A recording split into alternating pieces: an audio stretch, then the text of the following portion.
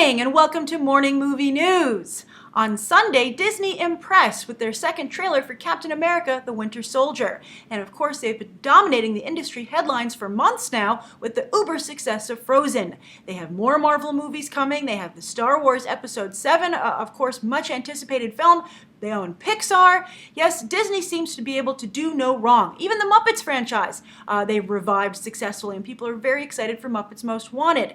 They are a studio that has a huge bank account. They aren't afraid to write checks to get what they want, and they make bold and successful decisions. A hard combo to do. Although, to be fair, Warner Brothers did make the most money as the studio in 2013. But still, Disney has really been able to dominate the conversation, almost because they do no wrong. However, it was announced at the end of last week, a new movie that they're working on, another bold decision, which I seriously question. I think that this could be such a bad decision that it could maybe balance out all the good they're doing. Even also Maleficent, I forgot to mention that. They have so many things they're working on at Disney that people are excited about. And this one I think will garner a lot of attention, and maybe it will work out. I think I can see where they're coming from in the decision, but I have to say, as a fan of animation and a fan of these characters, they're going to be changing quite considerably. I am very concerned, and in my gut, I feel it's a bad idea. So what is it? What could be so horrible? What could Disney mess up so royally? Well, it was announced they want to make a live-action CGI hybrid film of Chip and Dale. That means it's going to be like basically what they've done with Alvin and the Chipmunks over at Fox, I believe. Very successful first film, and pretty much second film, but the third film, not so much. And also the Smurfs, very successful for Sony, hugely successful, but again, with the first film, the second film, not so much. So one could potentially argue that this, the time for this live-action CGI hybrid films has passed, and Disney is too late to the party. But they feel, nope, there's money here to be made. It's actually going to be from Mandeville. Mandeville is a production shingle which will be producing. They also handle the Muppet films currently for Disney. And so what's going to be happening here? Chip and Dale will be, of course, computer animated, and I guess look like not the way that we all know and love them to look. For instance, every year I love watching Mickey's Christmas Tree with Chip and Dale, where they're in the tree and Pluto's the only one that sees them and Mickey doesn't see them. It's a great animated short for the holidays. I highly recommend it if you've never seen it. You can probably find it online. But of course, who hasn't grown up with Chip and Dale's antics against Donald Duck? Those are also really, really well done.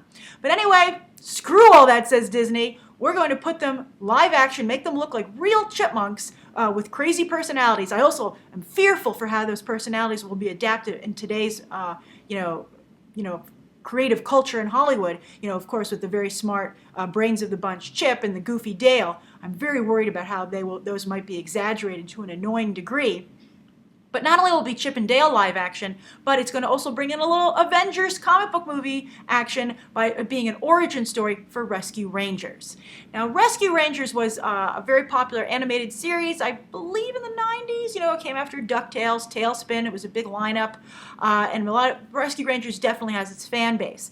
And Chip and Dale, went on these kind of like missions with Gadget, like the female member of the team, Monterey Jack, I believe, and there might have been some other characters, but those are the ones I think largely that have stood out.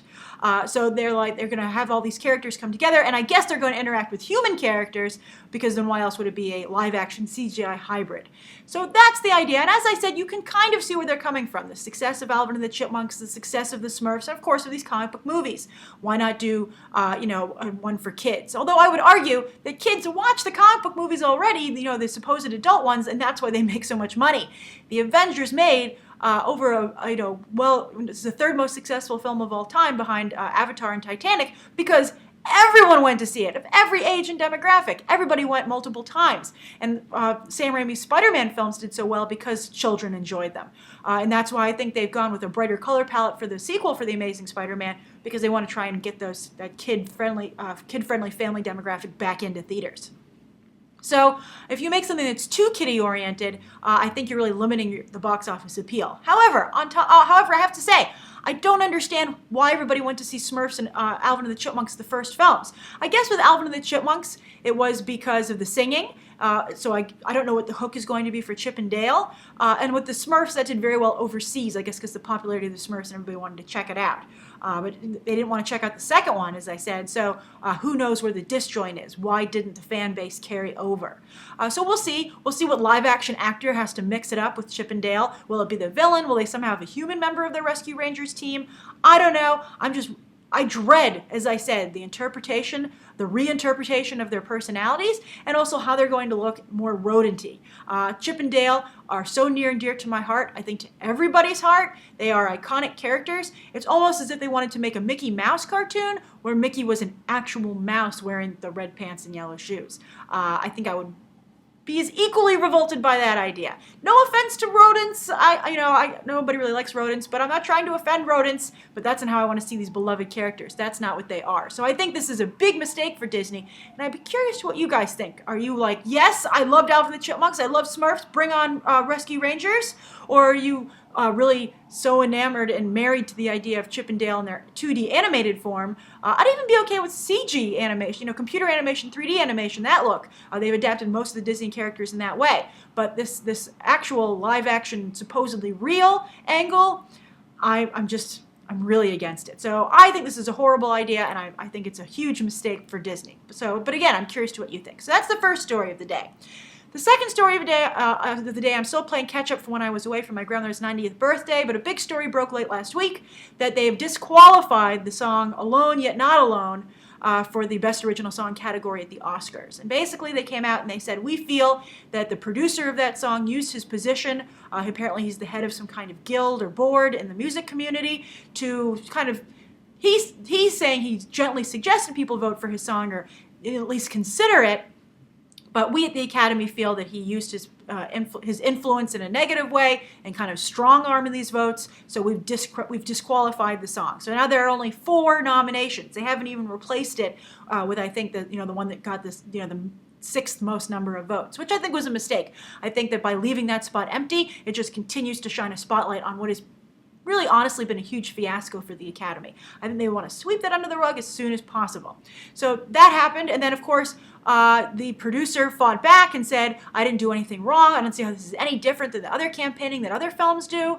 Of course, a lot of people are of influence. They might not be members or heads of boards, but of course they're very powerful in the industry. And also the religious community came out because this is a religious song, the Christian community, and said that they were being, that's why the Academy disqualified it. They were persecuting it, and it's not religious tolerance. So it's a standard fight that we often see when the very ultra conservative religious faction runs up against Hollywood. And Hollywood plays a dangerous game. Sometimes they really heavily court the religious audience. And there's whole articles about how they will send pamphlets and screeners to churches and saying, oh, God would want you to see this movie. Deepen your faith by going to see our film. This is how you can apply lessons about God to our movie. And it's really, sometimes, I can't think of it on the top of my head actually, but, sometimes it's with movies that you would not expect that Hollywood would try and draw that correlation. But anyway, this is a time when they're like, okay, we don't need you for this, and we're not nominating your song. How do I feel about this?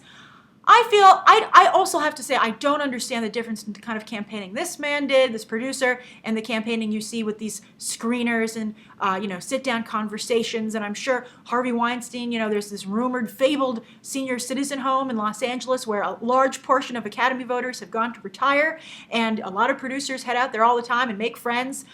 So if Harvey can do what he does, if he can press the flesh, I don't see why this guy can't send out emails. And he said he did it because he saw other producers for songs sending out their songs and saying, oh, hey, you should listen to this and consider it. So he said he didn't understand why he couldn't send out an email.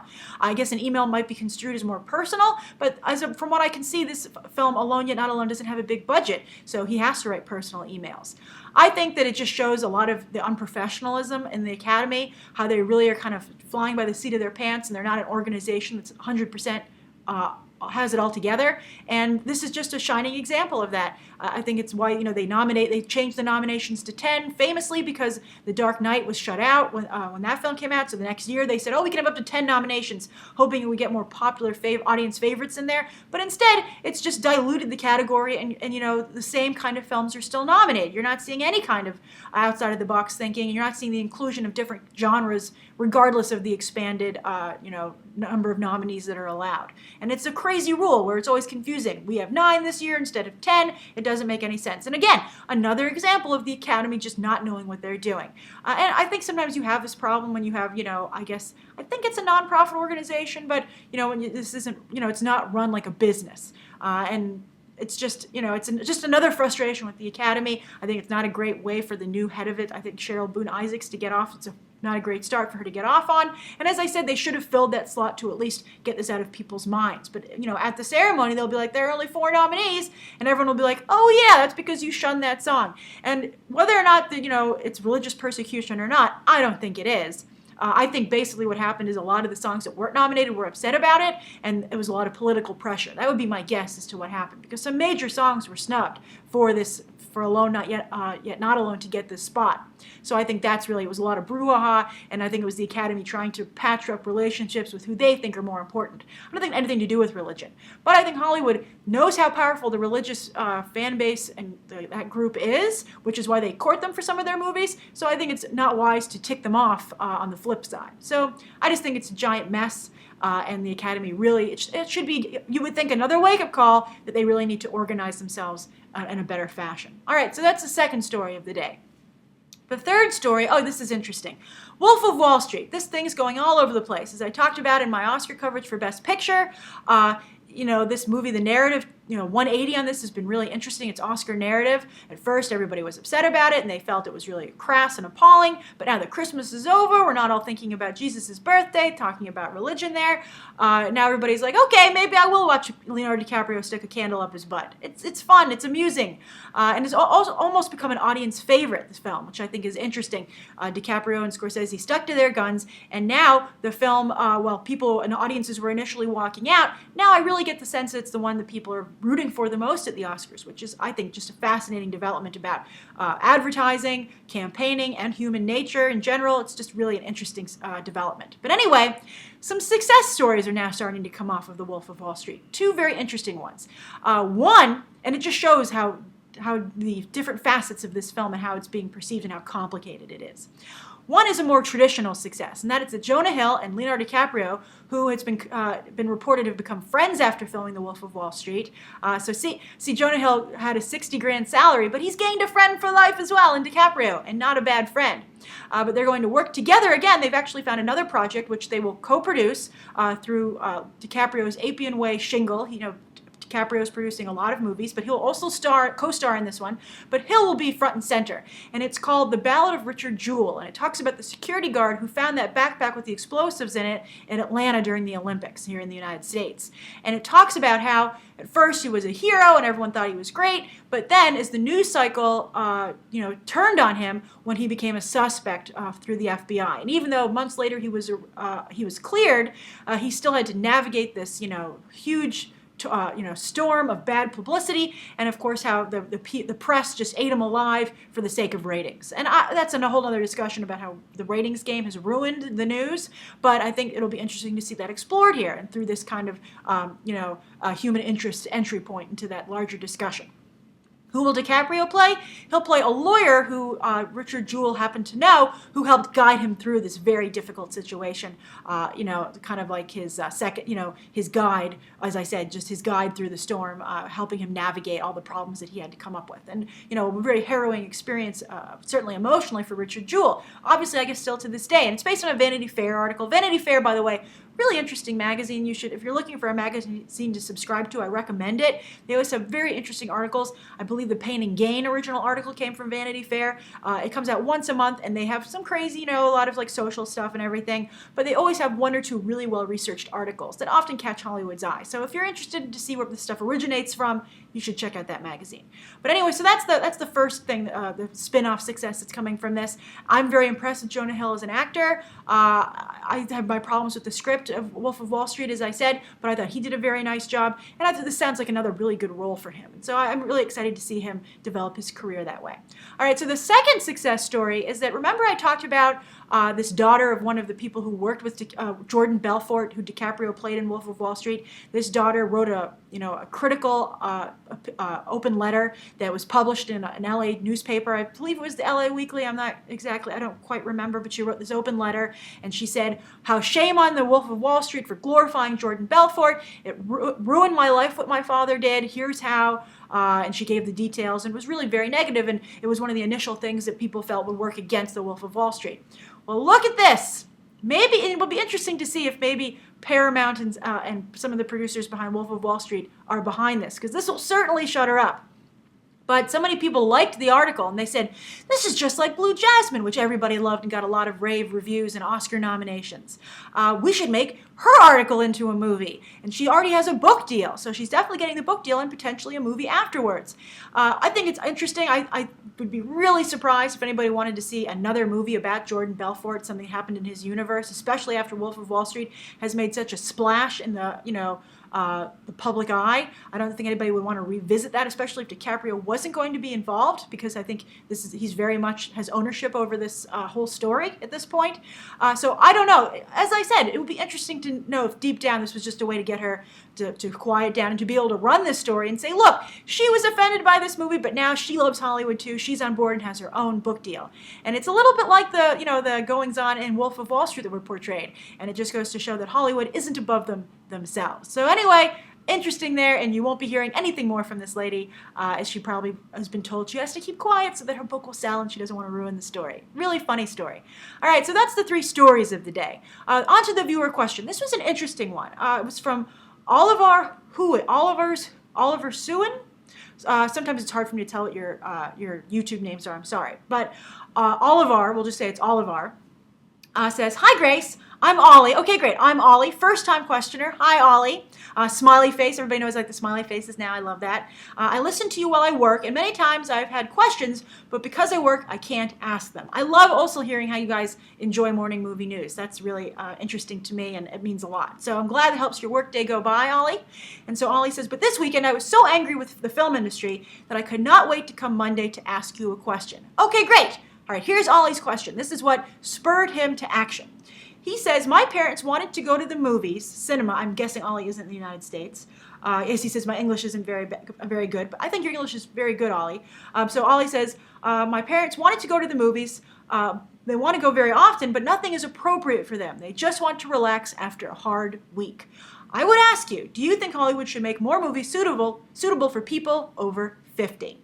And then he goes on to say, P.S. Sorry for my bad English. I'm still studying it. Don't worry, you did a really nice job, Ollie. I actually get a lot of emails from people saying, oh, I'm worried about my English. You guys all do great. And it's all, you don't have to have a perfectly written grammatical email. I mean, sometimes, with autocorrect and stuff, we English speakers don't get it right. As all of you know, I mispronounce things all the time, and I've been born speaking English. So don't worry about it. I'm just glad you're asking questions. All right, so as to your question, Ollie, I have to say, my initial reaction was, well, what about all the Oscar movies? That's obviously geared towards the demographic of your parents. Well, it's really supposed to be for everybody, but I think they're certainly more friendly towards older audiences. So I would highly recommend they go and check out the Best Picture nominations. I think that would be a great thing to go and do, and it would help make maybe them enjoy the Oscars more because they'll see the movies that are in contention.